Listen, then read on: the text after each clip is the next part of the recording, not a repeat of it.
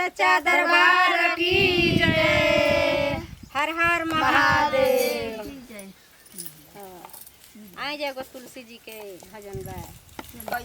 ठीक बा ये गुरु बहिना तुलसी जी के तनी भजन बड़ा प्रेम से सुनाई वो सुनी जा। गंगा जी के सुनाइए गुरु बहिना। कहाँ शोभे तुलसी के गछिया, कहाँ तुलसी के गगना रे रान। जहाँ शोभे तुलसी के गछिया, कहाँ शोभे के गगना रे रान।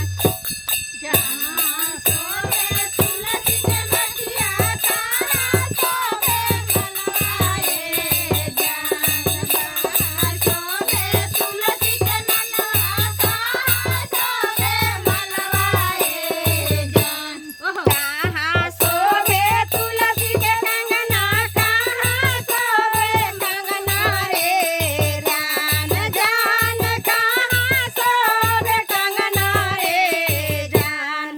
कहाँ शोभे तुलसी के ननवा, कहाँ शोभे मलवाए जान। कहाँ शोभे मलवाए जान। जान कहाँ शोभे गुरु के करचवारे जान। जान कहाँ शोभे गुरु के चरचवारे जान।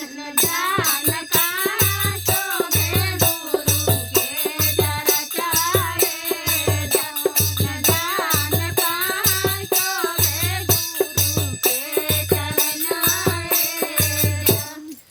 गना में शोभे तुलसी के गछिया, गनवा शोभे कंगनवा रे जान। जान गटवा शोभे कंगनवा रे जान। गना शोभे तुलसी के गछिया, गटवा शोभे कंगनवा रे जान। जान गटवा शोभे कंगनवा रे जान।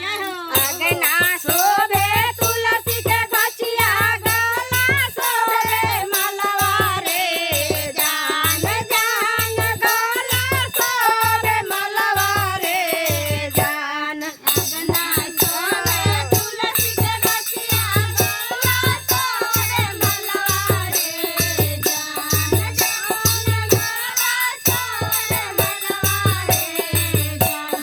जान हृदय शोभे गुरु के चरचवारे जान। जान हृदय शोभे गुरु के चरचवारे जान।